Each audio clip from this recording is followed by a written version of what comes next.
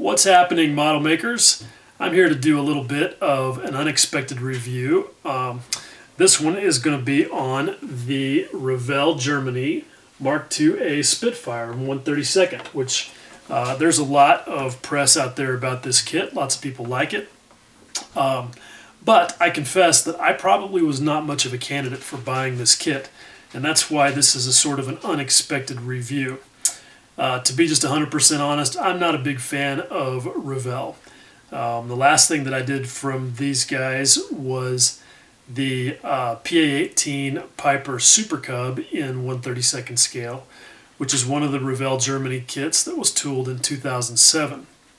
And it was a real heartbreaker. Lots of potential for great detail, but really very flawed engineering and fit and molding quality. So honestly, it was one of the worst kits I've ever built. So I probably was not going to be jumping on the bandwagon for this one anytime soon, but a couple of things sort of happened that caused me to actually think this was a good idea. First of all, I got sort of challenged by one of the members of the Scale Modelers Critique Group to do a video on decals and perform some experiments, and I love to do that. So I couldn't resist that.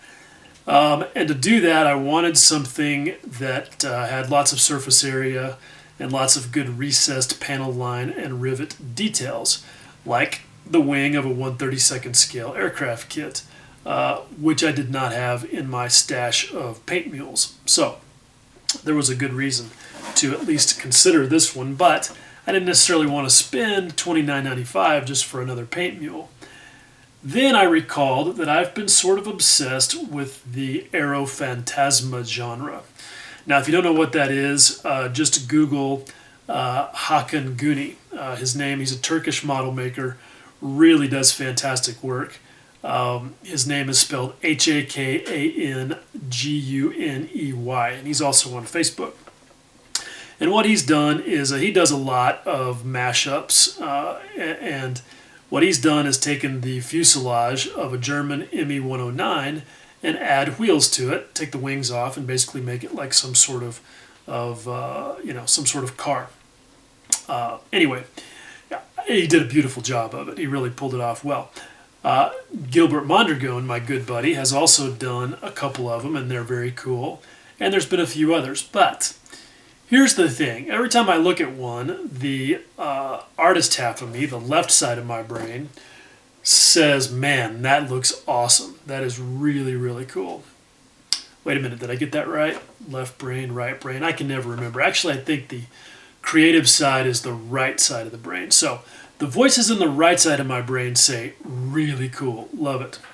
But the engineer part of me, the voices in my left brain, inevitably say things like, where are the drive shafts? How are they keeping that liquid-cooled engine cool? Can you really attach all that running gear to an aluminum skin? I just can't help it. It's a sickness. It's just inevitable with me. So I've been sort of obsessed with doing one of these car planes, but I wanted to only do it if I could figure out a way to do it where you could look at it and think, wow, that could actually happen. And so I've had to find myself some suitable running gear, and I think I have, but that'll come in a different video. Anyway, I also wanted to do a Spitfire because everybody seems to pick Me-109s for whatever reason, and I've never seen a car plane done with a fuselage from a Spit. So there I had two good reasons to buy this kit, and I did. So here's a quick review. The first thing I want to talk about is the box, which I normally don't spend much time talking about because they're rectangular, the parts are inside, they have a picture on the front, and that's about all there is to say about it.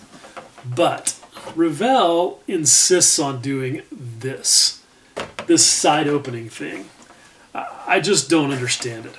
And look, some people may not care about it at all, but the reason that I complain about it is because while I'm working on a project, the box becomes a sort of a tray where I store parts. and I put them on my shelf over here, and I've got 2 or 3 of them. And so they end up being kind of like drawers that each contain their own kit. And you can't do that with this silly box unless you tape it back together and cut one side of it off, and you have to go through. Anyway, look, Revell, just stop. This is silliness, okay? All right, anyway, let's get on to the important part.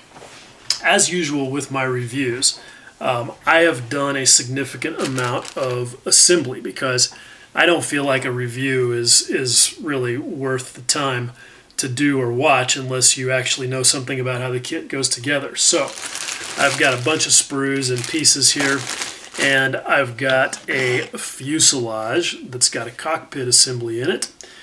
So let's just take a look. Okay, first things first, let's take a look at the paper parts of the kit real quick. This is pretty typical of a Revell instruction sheet. You know, you get all the boilerplate disclaimers and generalities and whatnot, or as somebody else likes to say, all of that. So let's continue on, and we'll go right the way around. Okay, here we go. You got a sprue map, which again I always find very useful. And then again, it's just the typical Revell illustrations, which they're not too bad, but what I find with these things is that oftentimes the resolution of these small sketches is not really that great for truly understanding what's supposed to be going on or seeing important details. And a good example is like that we're going to talk about extensively here in a few minutes is right here on this seat subassembly. You can kind of see when you look really close that there's a particular way for this flare rack to go on the front of the seat, but it's easy not to get it, it's easy to misinterpret this drawing. That's just kind of a general issue that I have with Revell instruction sheets. And it's kind of baffling to me that they are still sticking to this same format of very crowded, very small illustrations. You know, when they could add a page or two and really spread things out and give you bigger pictures and better views, especially in this day and age of CAD data. Whereas so many of the kit makers are using CAD data directly from their 3D models to make their instruction sheets, and they really are good. I mean, look, even Airfix is doing that. It's baffling to me that Tamiya doesn't do that. I mean, I'm sorry, there was a slip, but there's a point to that. It's baffling to me that Revell and Tamiya actually don't do that. Now, the difference between a Revell instruction sheet and a Tamiya instruction sheet, if you've never seen one, is Tamiya doesn't care about saving paper. They will put as many pages in it as is necessary, and they make more illustrations, better, larger illustrations, and their instruction sheets are as good quality as everything else they do. So, anyway, not going to go on too much about the instruction sheet. It's pretty straightforward. One thing that you definitely can see with this kit from the instruction sheet, if you didn't notice already, is that this is a kit that's all about the cockpit. There's not even an option for an engine. They don't give you any parts. All of this part of the fuselage is closed up. And so if you're looking for something that's got those kind of internal details, then you definitely need to look elsewhere. Otherwise, the instruction sheet is pretty straightforward. You've got good color callouts here on the back page, and that's that. Okay, now, next thing let's take a look at are the decals. The decals, actually, they look pretty good. I don't have any problem with them. And if a note at the bottom of the decal sheet that says printed in Italy is an indicator that these are from Cartograph, which seems to be everybody's favorite, then these should be good decals. And when you look at them really close, you can see that you don't have much carrier film, if any, and that's always a good thing. You know, everything is very crisp and in register. The colors look great to me. You know, the only fault I could find with this decal sheet is that these instrument panel decals, while not horrible, you know, could have a little bit more detail at 1/32nd scale. And you don't get any placards for the inside of the cockpit, which would be nice. But you can always find those as aftermarket things. The other thing that you'll find, oops, sorry, I keep bumping the camera. The other thing that you'll find about these instrument panel decals is that they bear no relation to the size of the molded in detail that you'll see here in a minute on the instrument panel. So if you want to use these, your best bet is to count on just removing all of the instrument panel detail, which, as you'll see, would be a real shame because they did do a good job of molding all of that detail. Okay, let's back up here and take a look at some of these sprues. I promise you, they don't come this way. These are just all in chunks where I've cut them apart after taking most of the pieces off, because I've actually probably assembled about 80% of this thing. Anyway, let's see, there's not anything left on that one except for one tiny part. This is a good one to look at because this will give you a really good view of the quality of the surface detail that Revell gives you. And you can see all of those wonderful rivets, panel lines.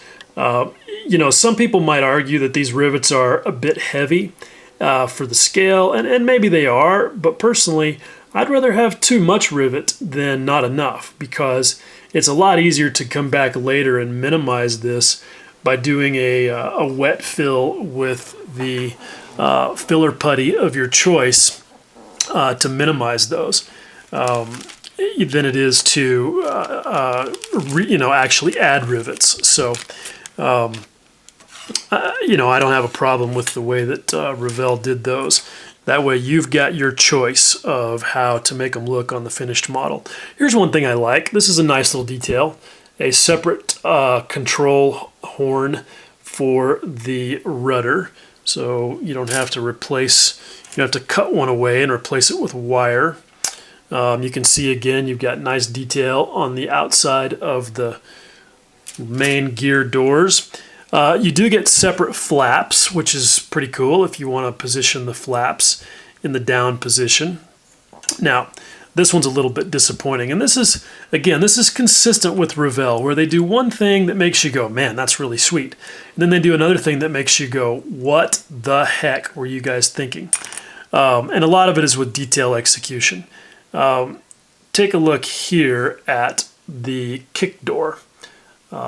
And you can see that they've molded in the crowbar. Now, you'll get some debate on this, but the crowbar wasn't necessarily there all the time. There's a lot of debate about what color it is, whatever. But regardless, given the you know, capabilities of molding and CAD design these days, at 1/32, why not make the crowbar a separate piece? I mean, come on. They could do that. Now, here is a little bit of something that you'll see with quality. That's the only bit of really appreciable flash that I've seen anywhere on any of these sprues. And to be fair, anytime you see a little bit of flash like that, you know, that could be a temporary condition in the tool, where maybe it just didn't get completely closed. The clamping force on the molding press, you know, wasn't as much as it should be for whatever reason. So that's not necessarily indicative of a bad tool, the way some other kinds of flash might be, and that's easy to remove, so not too big of a deal there. Here's a sprue that shows some good detail. These are the radiator grills for the main cooling radiator. And then you get the exhausts, and this is kind of a nice touch. I kind of like this. They've molded them so that they're two halves. And that way, when you assemble them, as you can see, you will get a hollow tip on each exhaust header. So that's a nice feature for sure. Okay, now let's take a look at the clear parts, which I haven't even opened yet. So let's just see if we can break into this bag real quickly and have a quick look at them. You know, these look pretty good. They're a nice thickness. I think you can see right there that they are not overly thick. I would say these are of about a medium thickness. They could be thinner, but that's not too bad. And then you've got the windscreen and the bulletproof glass that goes on the front as a separate piece, which I think is kind of a nice touch because that makes it a little bit easier to paint that, and you could build a version that didn't include the bulletproof glass if you were so inclined. Just, you know, kind of looking at it from far away, the clarity and the quality of the molding on the bubble canopy looks pretty good. It looks like there's a slight bit of texture there. It's pretty hard to see. But the main thing I notice, and I don't know if you'll be able to see it or not, but look right there at the top. Hopefully you'll be able to see it on camera. There is an ejector pin witness on that thing. And that's, honestly, I have never seen something like that in all of the kits that I've built. But much as I hate to say it, that's typical of Revell. As you'll see here in a minute, well, sort of. Revell to me is famous for putting ejector pins in places that they just don't need to be, and forcing you to deal with the results. But anyway, that's a different subject. Let's look at the clarity of these things, where we can kind of see through them and see what sort of distortion there is. You can see that looking through the clear parts there at the numbers on the workbench, that things look pretty good. So even though there's a slight bit of texture, and you do get some distortion only because, I mean, look, it's a bubble canopy, so there's going to be some distortion. There would be even in the real thing. But overall, the clarity, I think, is really pretty good. I've seen better, I've seen worse. Okay, let's talk about the wing for a second, although there's not a whole lot to say there. You can see that I've already put it together, and I've got some paint on one side of it for my aforementioned decal testing that I'm going to do. And the other side, and the whole thing is primed with Badger Black Stynel Res, and you can see I forgot to prime the aileron. Speaking of the aileron, the fit on that was not super good, and I didn't bother with fixing it because this is a paint mule, but definitely something to pay attention to. Also, and this is something that I really hate about a lot of Spitfire kits, and that's these separate wing tips. They just never seem to fit perfectly. And you can see that, again, that I didn't bother fixing, that there's a significant gap there that had I cared about it, I would have had to address.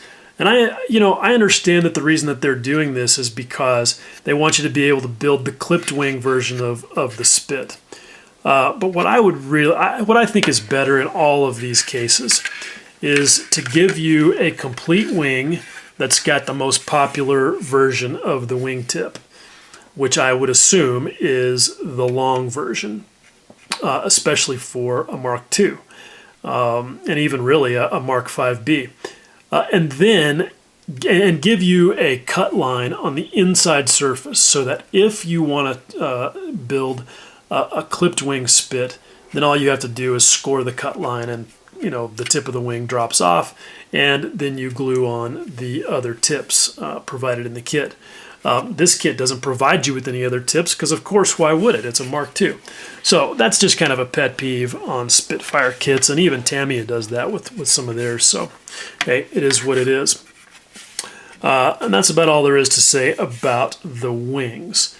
Okay, there's a lot more to say about the fuselage, which you can see I've got taped together, and I've built the guts of the cockpit and got those sort of in there. So let's take this apart and have a closer look. Okay, here we go. Now you can see on the outside of the fuselage lots of really nice molded in detail, which again is consistent with what's on the wings and the other control surfaces. And then on the inside, you know, it's pretty straightforward. You get some individual pieces that you can add to the insides of the fuselage to complete that. And there's really not a whole lot to say about any of that. They all go on pretty well.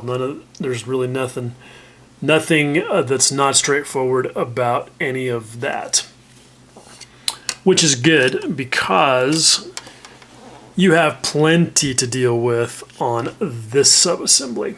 And this is the way that it all goes together before you put it into the fuselage. And I will say that I've already figured out from just this little dry fit exercise that it doesn't just click into place. And I'm hoping that there's not going to be any adjustments. I don't think there is. I think everything's going to close up fine. But it's not just, okay, here's the notch and here's the pin, and, you know, boom, it's all put together. And that's consistent with this, with all of this stuff in the cockpit assembly. Again, pretty straightforward on the sides of the fuselage that are part of the cockpit subassembly. One thing I do like is that on these pieces where you're adding these controls, they give you lots of room. So it's real easy to glue it together before you paint, and then come back and paint it all up afterwards, because you've got plenty of room to get good color separations, and that's always a nice thing that I really like. So good on Revell for that part of it. There's absolutely nothing wrong with the way that they did any of that. And you can see same thing on the right hand side of the fuselage. There we go. Okay, now you can see I've added a little bit of wiring detail, still going to add a little bit more, which is always sort of easy and fun to do with Spitfires. There's so much good reference material out there on the old interwebs. But let's talk about the instrument panel for a second, because very little of what you see here is straight out of the box.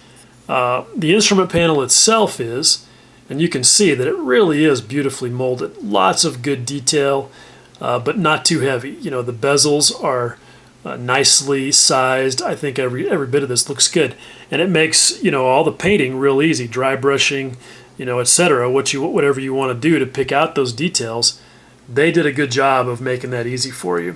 But again, the decals that come with the kit don't fit any of these recesses.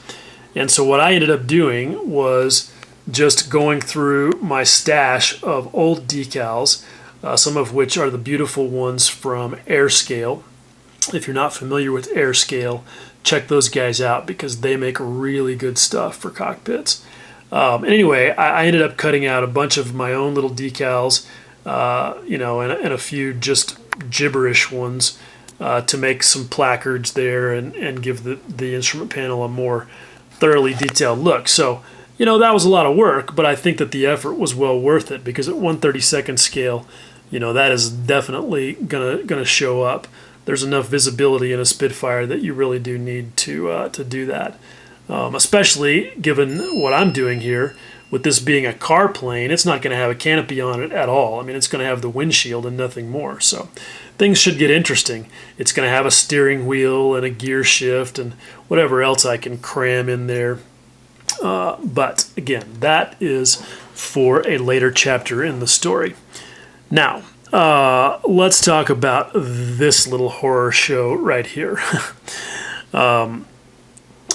Okay, in a word, this almost made me want to set this entire kit on fire because it is just such a disaster of molding and engineering, and getting this thing to go together correctly was way more challenge than it should be. But first, you'll note that I've got some seatbelts on here, and that no, they are not the correct Sutton harness for a Spitfire, but not only does Revell give you no kind of seatbelts of any kind, but I didn't have a Sutton harness laying around. What I did have was this old HGW set of belts for a Feisler Storch. And since this is supposed to be a cobbled together vehicle, I felt like that was okay. I didn't necessarily have to have the World War II correct harnesses for it. So anyway, let's go on to exactly what the issues are with this assembly. They give you a historically correct structure, which I respect. I mean, as you know, my engineering brain loves that. I love the fact that they did all of that detail, but it's at the expense of making it go together well, at least given the way that they did it. And I found this on Airfix kits as well, where that particular thing comes at the expense of buildability. And it's frustrating with something like this seat because, look, it's not going to be that visible at all when everything is all said and done. So if you have to sacrifice perfect accuracy a little bit in favor of buildability, to me, that's a good trade-off. Let's look at the instruction sheet and see exactly what the issues are. Okay, first of all, this seat, 4 pieces. I just don't even get it. It doesn't have to be that many pieces, and if it does, it would be nice if they gave you some alignment features so that everything goes together well. And there's not any, so getting this entire thing together correctly was a real wrestling match. It would be easy for them to put some pins and holes on all of these things to make it where it goes together with perfect registration every time. I just don't see any excuse for this at all. Then, once you get to putting the flare rack on here, as I was mentioning before, it's pretty easy to put it on upside down. Fortunately, I did not. But again, it just doesn't engage well. I ended up having to trim one side of it off to get it to go on there straight. Part of the problem was that the seat pan was in there crooked after this wrestling match, but even when I fixed that, this still did not want to go on exactly the way it should. And you can see that even after all of that, that what I ended up with was on one side, I've got a pretty nice joint between the side of the seat and the back of the seat. And on the other side, the joint is just a disaster. And I didn't think it was going to show, but once I put this thing in the fuselage, I realized that it really does show badly. So I'm going to have to go and fill that in and fix that because that's just not acceptable. Now, some of that's down to me. I'm sure I could have done a better job, but again, some alignment features Revell would have made things a whole lot easier. Okay, now let's look at the structure of the seat supports themselves. And you can see that you've got a lot of spindly little things to try and get together in good alignment, and it's just almost impossible to do. Part of the problem is that things don't fit well. This thing, they show you, should slide over the end of this shaft. That's a total joke. The opening in this horseshoe-shaped thing is not even close to big enough, but you can deal with that. Then what they would have you do is, after you've built all this, add the seat and then add all of that to the former here in the fuselage. I could quickly see that there were a lot of ways for that to go wrong. So what I would recommend doing to give you more of a foundation to work from is to add these 3 parts together so that you get a basic frame for the seat. And there's not, once you get past the fit right here, there's not a whole lot of ways that can go wrong.